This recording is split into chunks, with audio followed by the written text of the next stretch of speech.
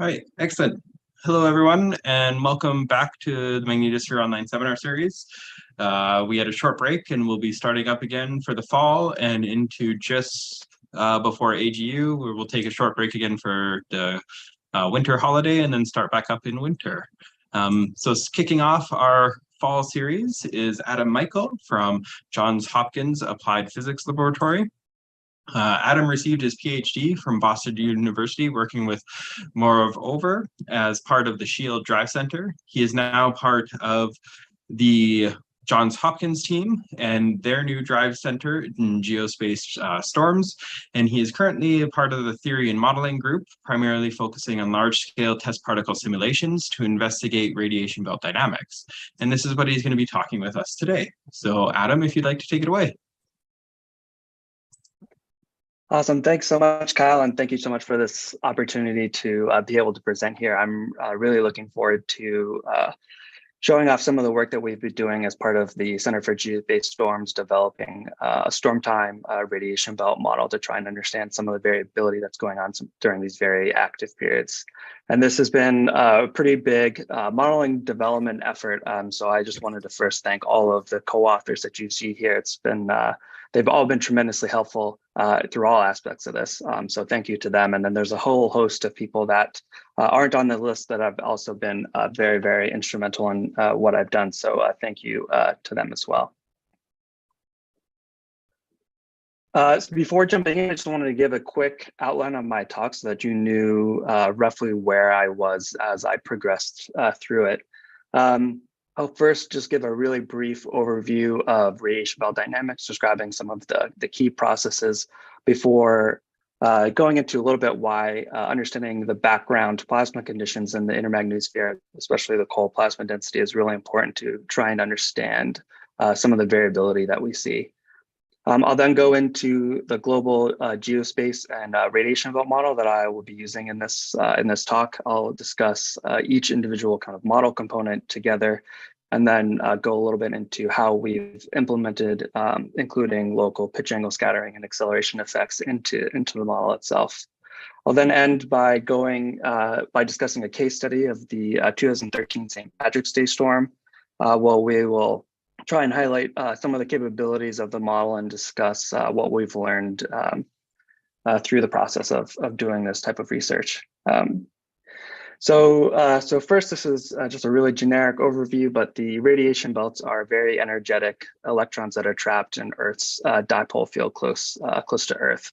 And these particles go through three characteristic periodic motions that's kind of shown in the top right-hand video on the right that was put together by the Van Allen probes team, where you have the gyro motion around the magnetic field, the bounce motion between the poles in the southern hemisphere and the northern hemisphere, and then obviously the drift motion here that you're seeing that causes the MLT dependence of the radiation belts.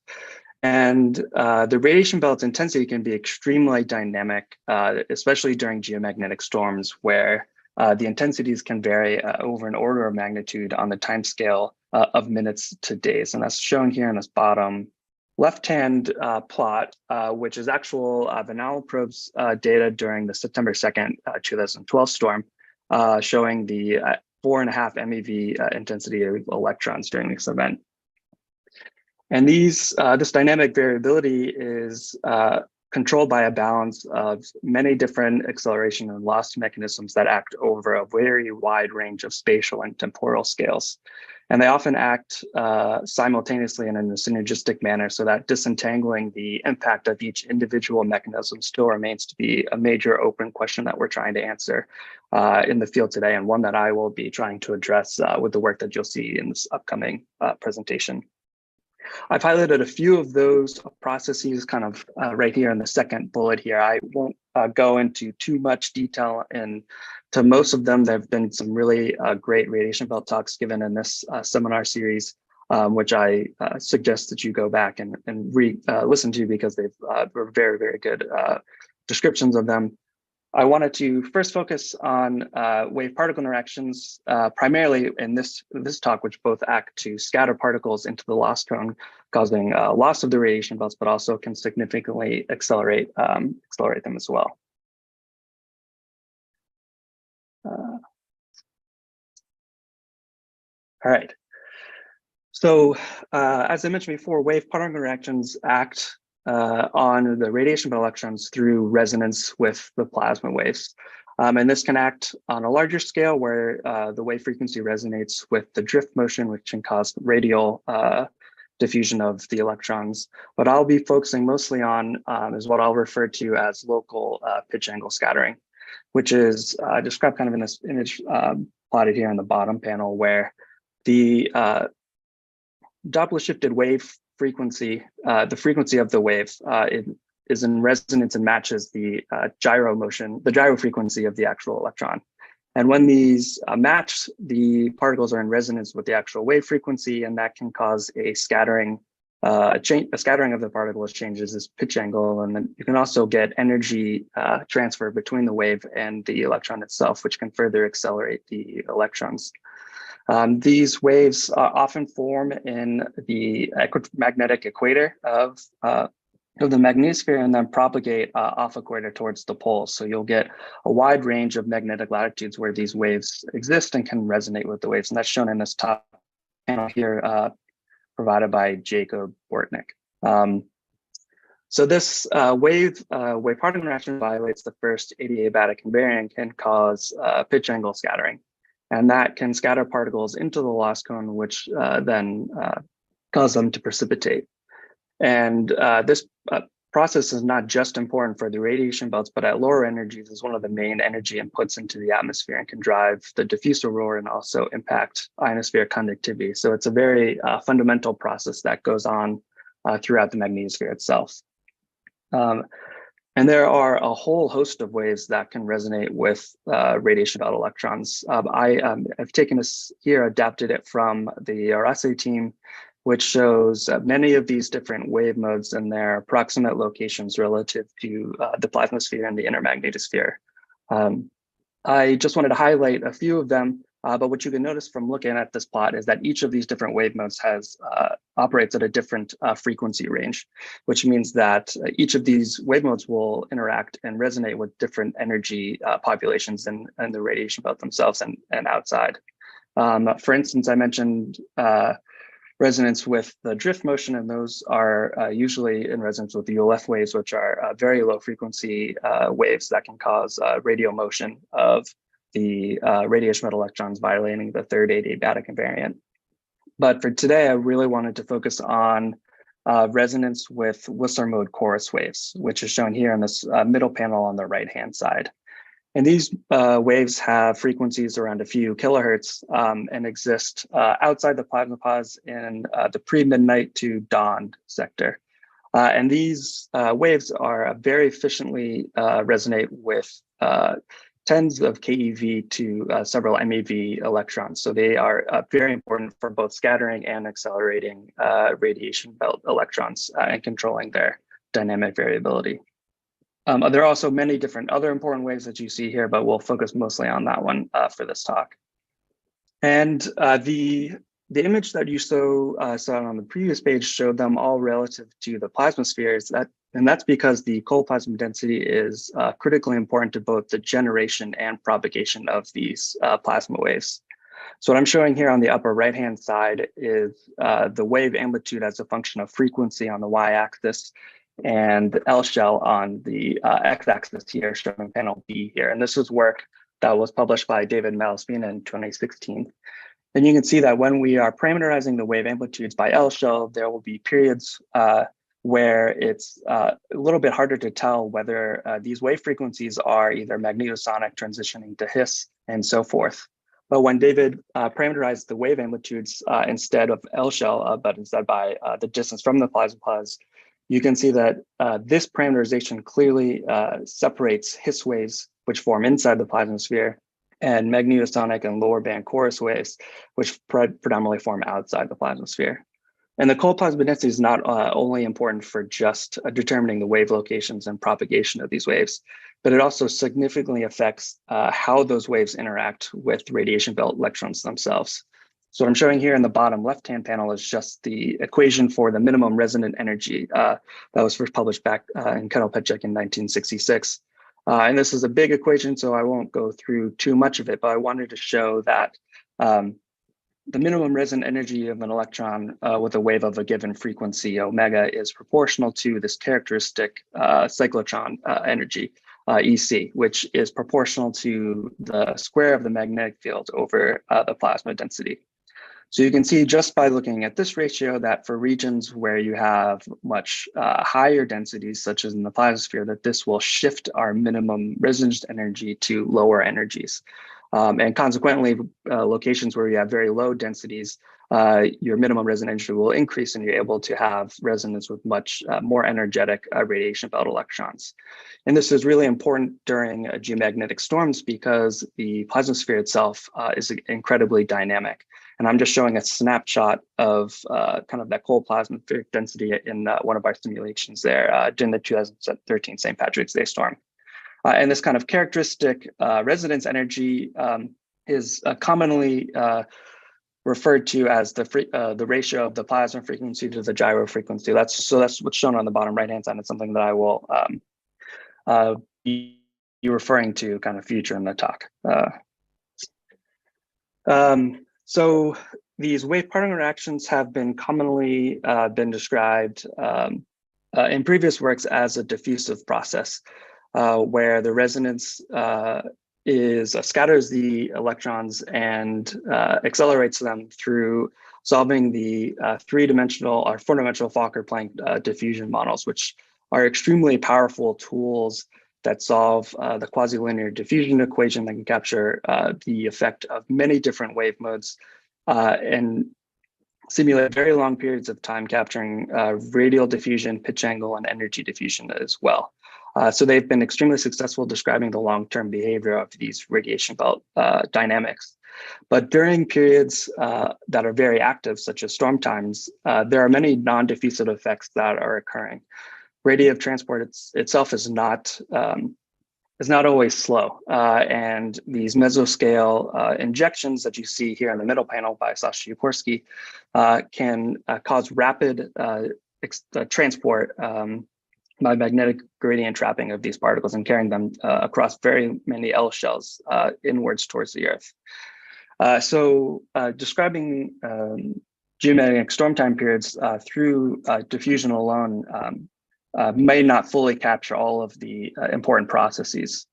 So other models that have been used to study the radiation belts are global magnetosphere and test particle simulations. And these simulations treat the radiation belts as individual test particles that provide no feedback on the global magnetosphere. But by coupling to global MHD, they're able to calculate and evolve the trajectories of these radiation belt test particles through very accurate storm time and electromagnetic fields. And they've been able to, so I'm showing an example of that from our simulation that we use in our group that was published by Karim Sarafi in several of his papers. And these types of simulations have been able to capture acceleration from magnetosonic waves driven by CMEs and shocks, as well as just orbit bifurcations, mesoscale injections, as I showed on the previous panel, as well as ULF wave transport. So they've been extremely powerful tools, although they've been used to model kind of much shorter periods of time, such as storms. And just to kind of highlight some of the benefit that these test particle simulations have, here I'm showing work that was published by Karim Sarafi in 2018, where he modeled the same 2013 St. Patrick's Day storm, where he first modeled two different populations of the radiation belt. This pre-storm population, which was the radiation belt before the actual CME shock hit. And then he also included a population of that was increased from injections from the central plasma sheath that were then convected and entrapped into the inner magnetosphere. And each of these panels corresponds to a different period throughout the geomagnetic storm, and they're highlighted by these colored panels here, which shows SIMH as a function of time throughout the storm. And with these test particle simulations, both with the pre-existing belt and the injections, he was able to qualitatively capture all stages of the form, which include the deep dropout at storm onset due to the rapid motion of the magnetopause, and then subsequent building up of the radiation belts from injections, and then increased growth during the recovery phase. on top of the qualitative agreement below 1 MeV, he actually was able to show that he matched the observed radiation belt intensities very well below 1 MeV. What I'm showing are several channels, energy channels from the Van Allen probe's observation shown in blue, and then the simulated model intensity shown in red. And primarily, we're looking at multi-MeV energies. So we have 500 keV at the bottom row, and then 1 MeV up to 3 MeV on the top panels. And you can see that at 500 keV, it does a very good job throughout the main phase of the storm, where the DST minimum is around this location here. But at multi-MeV energies, we see that there is a significant difference between the simulated intensity fluxes, which are much lower than the actual observed fluxes. And that was because until recently, test particle simulations had been unable to capture or include additional acceleration or scattering due to wave particle interactions themselves. So that is primarily what I've been doing in my work here at APL, is trying to combine the best of both worlds, where we're looking to include the really strong convection transport that we get from global magnetosphere and test particle simulations, along with the diffusion from pitch angle scattering and acceleration from wave particle interactions that we get by solving the Fokker-Planck equation. And our goal is to combine that into our global test particle simulation through radiation belt in a modular fashion, so that we can turn these features on and off and really understand which processes are occurring during the storm and which processes dominate or not during them. And in order for us to do this, we really need to evolve our test particles through very accurate storm time electromagnetic fields, which we are able to do through the use of using the global magnetosphere model MAGE, which is developed by here at APL and across many institutions as part of the Center for Geospace Storms. Plots from the MAGE simulation are shown here in the upper panel, where we have magnetic field lines are shown here in silver, and then the equatorial plane, we're showing the residual magnetic field with the dipole component removed. One of the benefits to the MAGE model is that it uses the Rice convection model to evolve the cold plasma density through the convective electric field in the global MHD simulation. Therefore, we get our plasmasphere convection in a very consistent manner with the global MHD model. And you're seeing a panel of that in the bottom middle panel here, which shows the plasma density and the equatorial plane throughout the same storm event.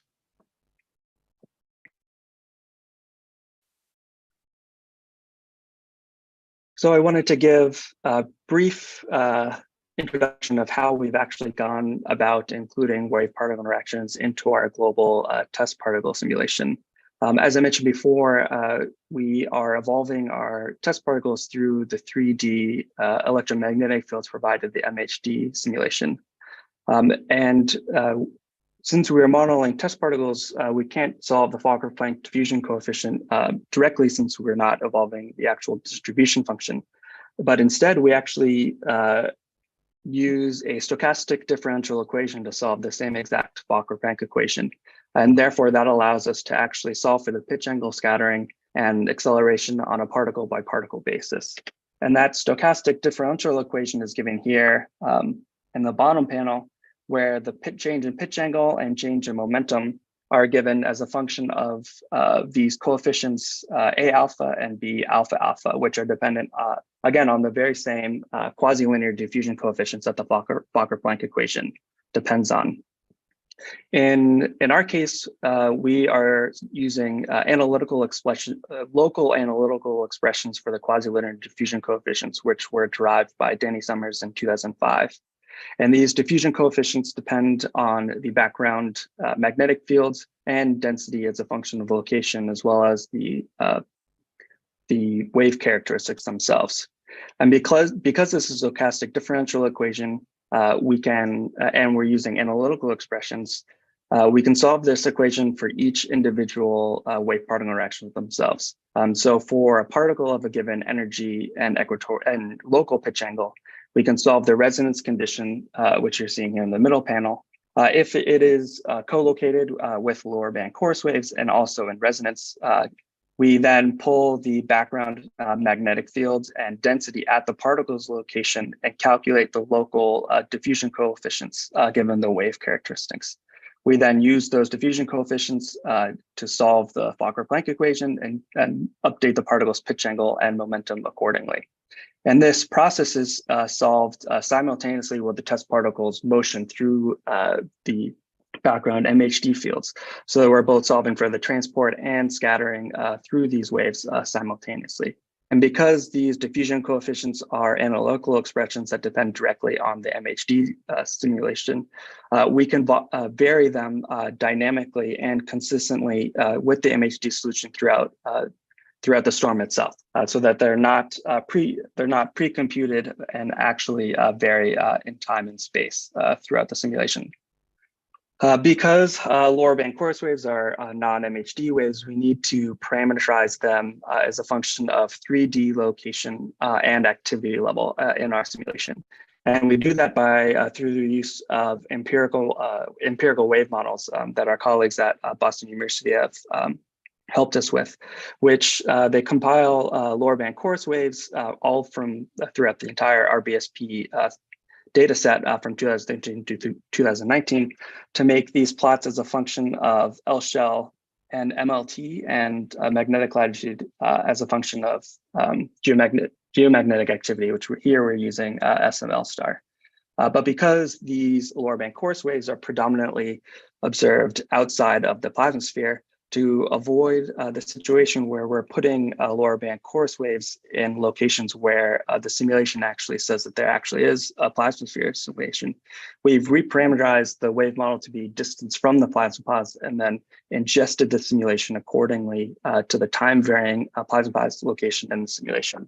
And that's how we do that is shown here in the bottom panel video, where I'm showing the cold plasma density and the equatorial plane on the left-hand side.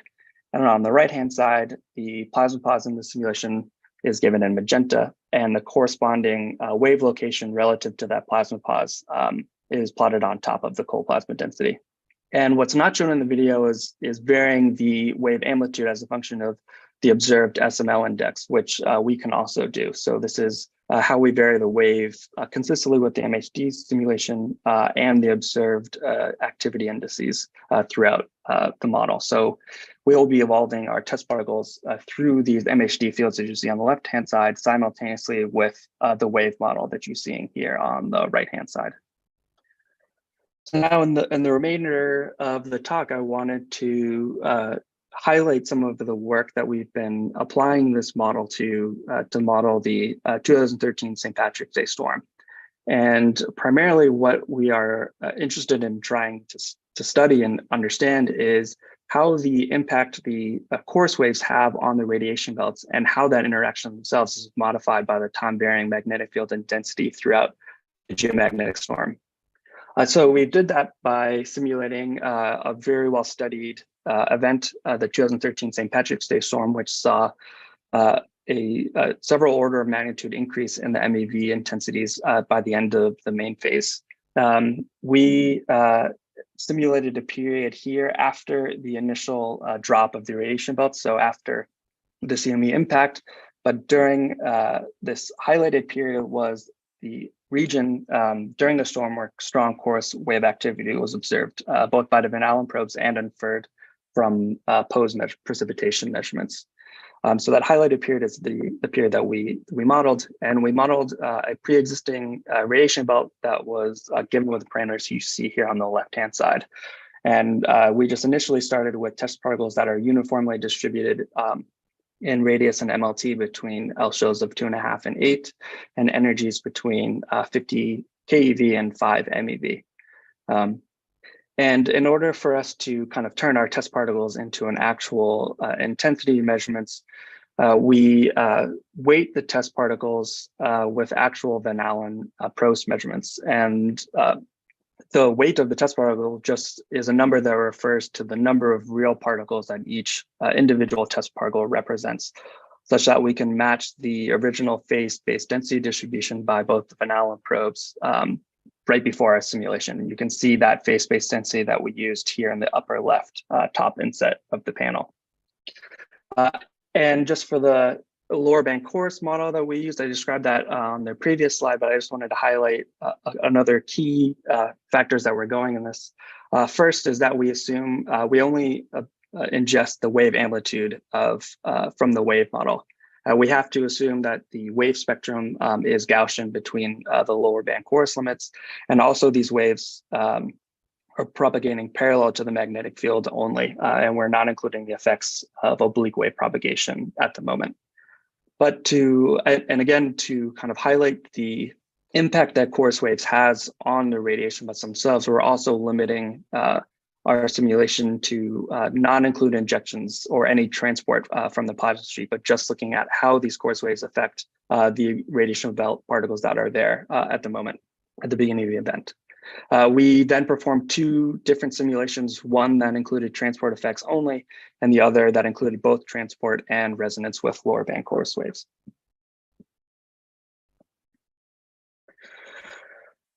So there's many things that go through impacting the waves and how these waves interact with our test particle simulation. So here I just wanted to highlight the importance, again, of magnetic field and density in the simulation.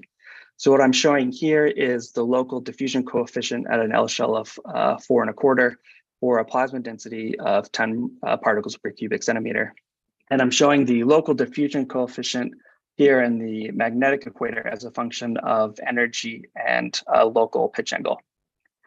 These regions of white here are regions where there's no particle, none of this energy and given pitch angle does not resonate with the actual wave that's present in that location. And then as you go from this left-hand panel and move to the right, we are now going to higher magnetic latitudes, 20 degrees magnetic latitude and then 40 degrees magnetic latitude. And here we're holding the density constant. So you're really seeing the impact that the changing magnetic field has on both the resonance and the strength of the wave particle interaction. And again, just as we've seen before, stronger magnetic fields increase the minimum resonant energy such that you can notice that very strong MEV particles will resonate much higher up on the magnetic field line, and that the predominant, most of the scattering is occurring for these particles when they're very close to their mirror point and large pitch angles themselves. Again, this is showing the effect of magnetic field increasing, but to a lesser extent, you'll see a very similar trend if we were to hold the magnetic field constant and lower the density from left to right-hand side. Because there's a lot that's going on in these simulations, and we're using the local diffusion coefficients to actually calculate pitch angle scattering, that can be a little overwhelming to try and understand exactly what is going on in the simulation at any given time. So in order for us to kind of try and better connect the background plasma changes in the background plasma conditions to the actual pitch angle scattering and acceleration that we're seeing, we take instantaneous output from the simulations and calculate the instantaneous bounce average diffusion coefficients by integrating the local diffusion coefficients along the magnetic field lines from the MHD simulation.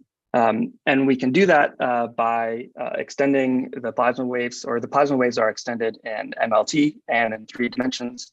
And by integrating our local diffusion coefficients with the given background MHD state, we can calculate diffusion coefficients that bounce average diffusion coefficients that are 4-dimensional, such that we have for any given location. So here's an L shell and a particular MLT. We can look at the energy dependence and equatorial pitch angle dependence of our bounce average diffusion coefficients. Or instead, if we wanted to look at one particular energy and equatorial pitch angle, we can then look at what the distribution of that bounce average diffusion coefficient looks like in the equatorial plane. And so this allows us to provide a snapshot of which particles are resonating and what the amount of diffusion, both pitch angle and energy, are going on at any given time in the simulation. So this is the plot that's kind of combining a lot of those processes together. There's a lot that's going on here, so I'll try and walk everyone through it. And this top row that you're seeing in the various color bar is showing the ratio of the plasma frequency to the gyro frequency in the equatorial plane at 4 different times that are evenly spaced throughout the main phase of the storm.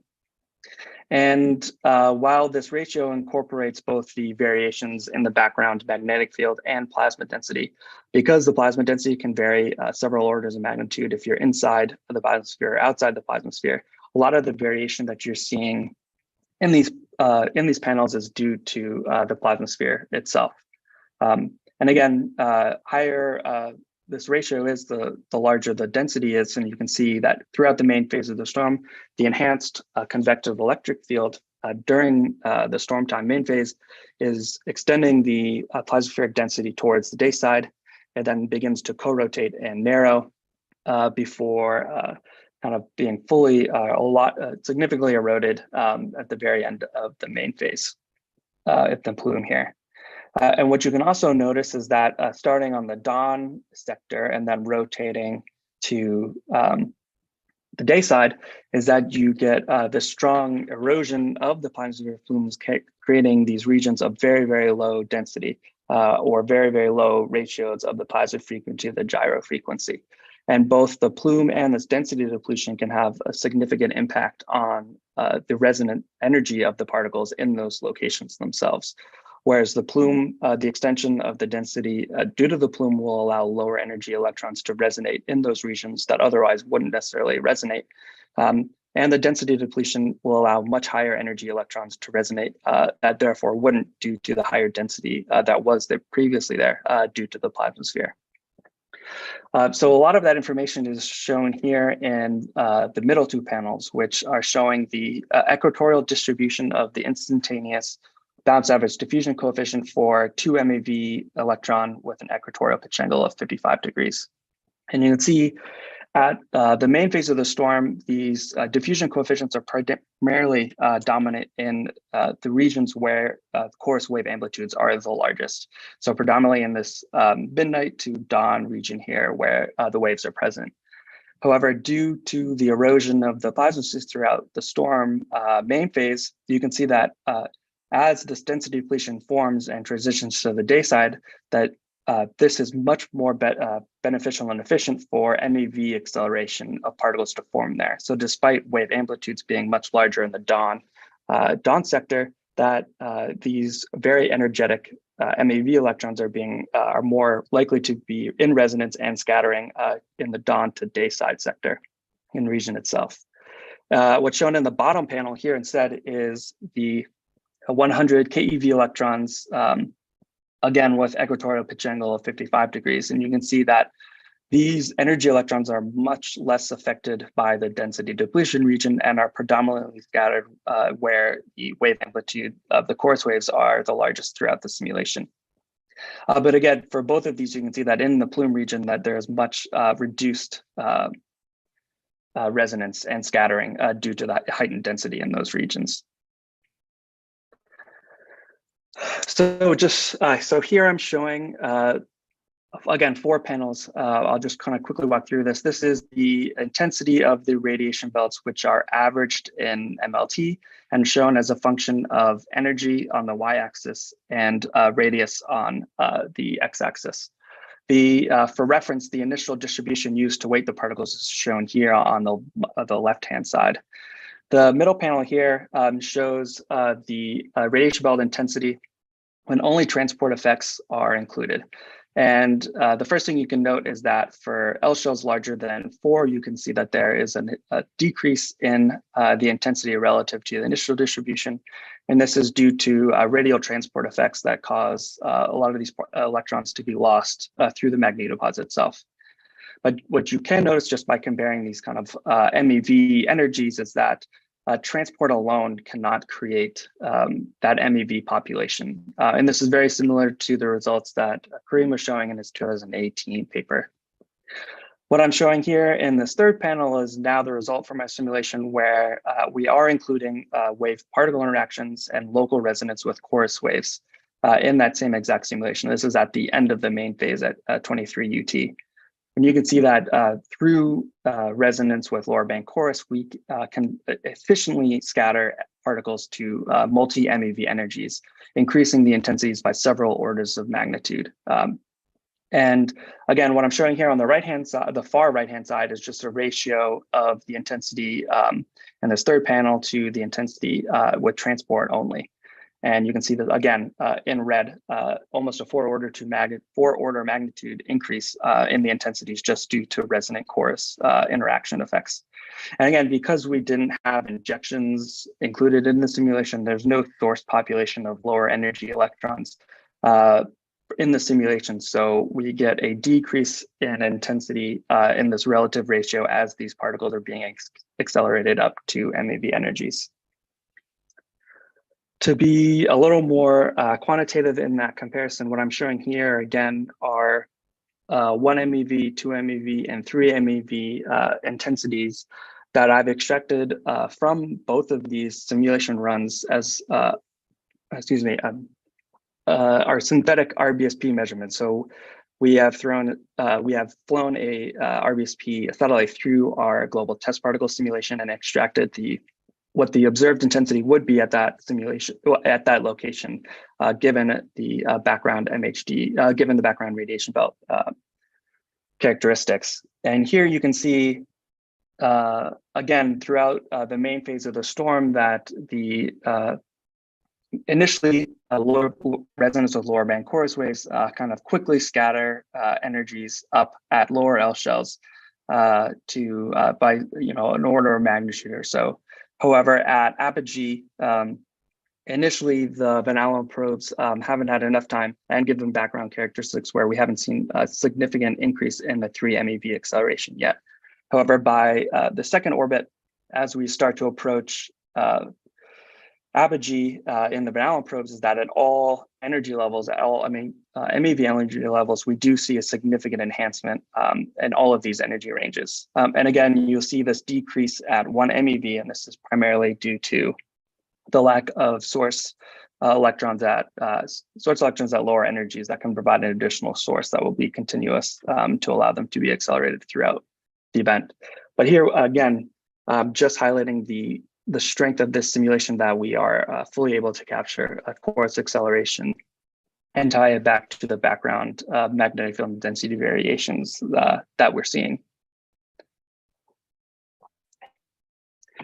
And because we're having test particle simulations, we actually know exactly where each test particle is throughout the entirety of our simulation. And therefore we can directly quantify which particles are lost through the magnetosphere, which ones are remaining through the given simulation, and which ones are precipitating into the atmosphere. And here is just one way that we've started to quantify these loss processes here, where we've defined particles that are lost through the magnetopositives when they've moved from closed field lines onto open field lines and then are quickly ejected out. So we are constantly doing field line tracing to get the magnetic topology of the magnetic field lines with which these test particles are bouncing on. What's shown in the bottom right-hand side is a time history of the fraction of all particles that are lost, given either to the magnetopods, which is shown in blue, or to precipitation, which is shown in red. And just for reference, this is just from the simulation where we've also included resonance with wave particle interactions. The simulation which did not include resonance with wave particle interactions only included magnetopause losses and did not have any additional losses due to precipitation. And what you can see here is that throughout the main phase of the storm, the predominant loss process here, at least in our simplified simulation, is primarily due to magnetopause losses. However, the precipitation loss due to wave particle interactions and scattering is significant and accounts for 1/3 of the total loss throughout this simulation. And again, there's several caveats that come into this here. We're not including any additional source populations from injections, which could potentially cause more particles to be lost through the magnetopods if they're not on closed drift orbits. but again, highlights some of the key things that we can start to try and disentangle what the relative role are waves versus radial transport effects, and actually quantifying the loss that happens through that. So just I wanted to take a step back and actually look a little bit in terms of we know that precipitation accounts for a third of the total loss, but where is the actual precipitation happening? And is there an energy dependence to the precipitation, which we can tie back to the global state of the magnetosphere itself? So what I'm showing here are the precipitating number flux, mean energy, and energy flux of all particles that have precipitated throughout the entirety of the main phase of the storm. So this is over the entire 14-hour period. And this is the combined precipitation in both hemispheres themselves. And here we keep track of test particle trajectories down to our inner boundary of about 1.05 RE, which we're normally calling the ionosphere. So we consider test particles to precipitate if they do not bounce before that inner boundary itself. And so what you can see by primarily looking at the number flux here, the values on the outside of this are the magnetic local time. So here I should have put a notation here, but the sun is on the right-hand side and midnight is on the left. And you can see that the majority of the number flux of precipitating particles is occurring around midnight into the dawn sector, right where the chorus wave amplitudes are the largest and where we expect most of this precipitation to occur. And if we then shift to this mean energy plot, you can see that most of the precipitating particles are these 50 to 100 or so keV particles that are resonating efficiently with those chorus waves and then precipitating into the atmosphere in those regions. But what I wanted to point your attention to is that as you start going towards the day side to lower L shells, you start to see that the mean energy starts to increase and can even get above 50 keV, 500 keV in some situations.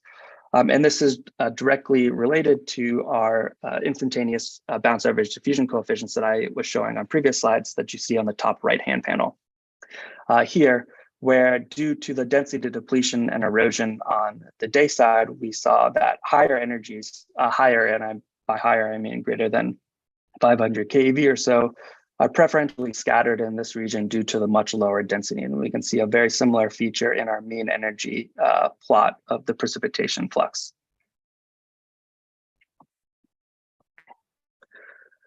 So that was primarily what we've studied in our radiation belt simulations. I just wanted to show a neat example of what we possibly can do with this simulation going forward in the remainder few minutes or so.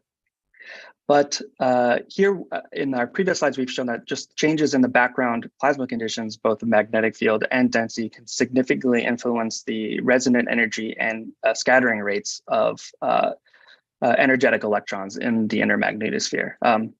And another situation where this occurs are through these bursty mesoscale flows that can inject particles into the inner magnetosphere themselves. And this is work shown by or done by Shin Otani in 2004, where he produced superposed epoch analysis of geotope data to show that these bursty bulk flows show a corresponding increase in the radial velocity in Vx, or they're fast, but they also have a corresponding increase in the BZ in the dipolarizing flux and a corresponding decrease in density. What I'm showing here in this top video that I'll loop, and on the right-hand side is a similar study done by Michael Wolberg in 2015, where he extracted all the BBFs in an LFM simulation and performed a very similar superposed epoch analysis, and again showed that in the simulation, these mesoscale flows do indeed show fast flows, dipolarizing BZ flux, and a decrease in density themselves. So in the final slide, I just wanted to show that how we can kind of start to begin to discuss how these changes just in the background plasma conditions can affect particle acceleration and precipitation themselves. So what I'm showing here in these two panels are, again, The bounce average diffusion coefficients are shown here in this inferno color scale, and then the background residual magnetic fields are shown in the equatorial plane, where red corresponds to where the dipole is compressed, and black is where the dipole is compressed. And I'm showing two MeV particles up on the top two panels and 30 keV particles in the bottom two panels. And these panels are just 4 minutes apart. But you can see that these dipolarizing mesoscale flows coming in, bringing in magnetic flux, can significantly increase resonance where no resonance occurred, especially for two MeV particles. It can also significantly enhance the scattering rates for lower energy particles, potentially corresponding to temporary precipitation effects in the atmosphere itself.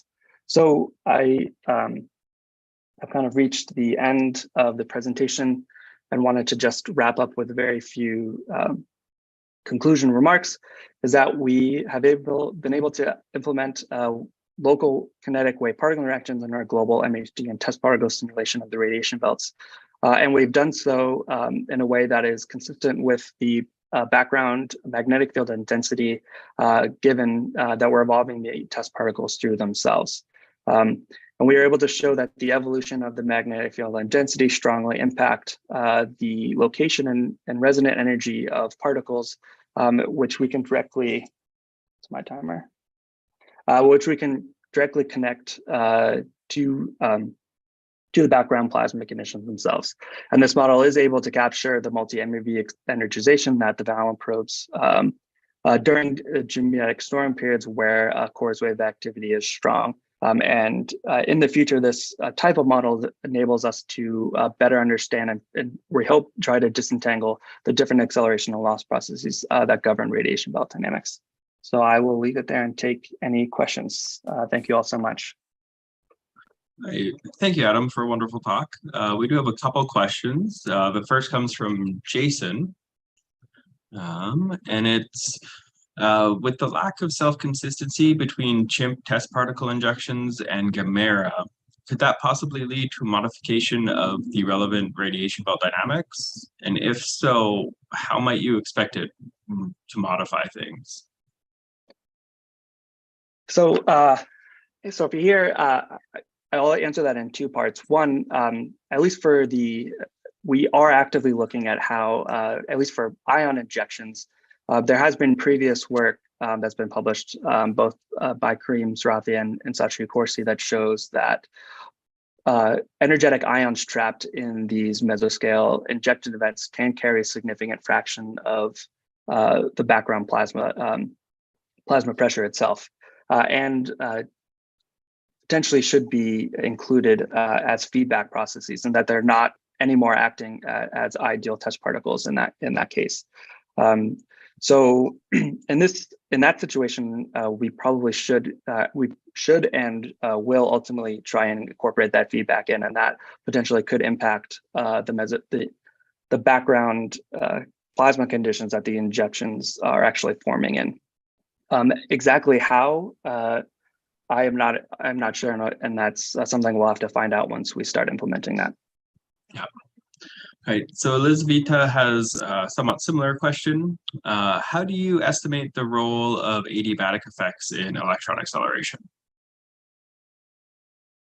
Yeah, so that's a good answer. Here, at least we're just doing guiding center trajectories of our test particles. So obviously, with wave particle interactions, we're violating the first adiabatic invariant, but for the transport only processes, the first adiabatic is conserved. So we can look at how changes in transport are affecting the acceleration of those particles themselves.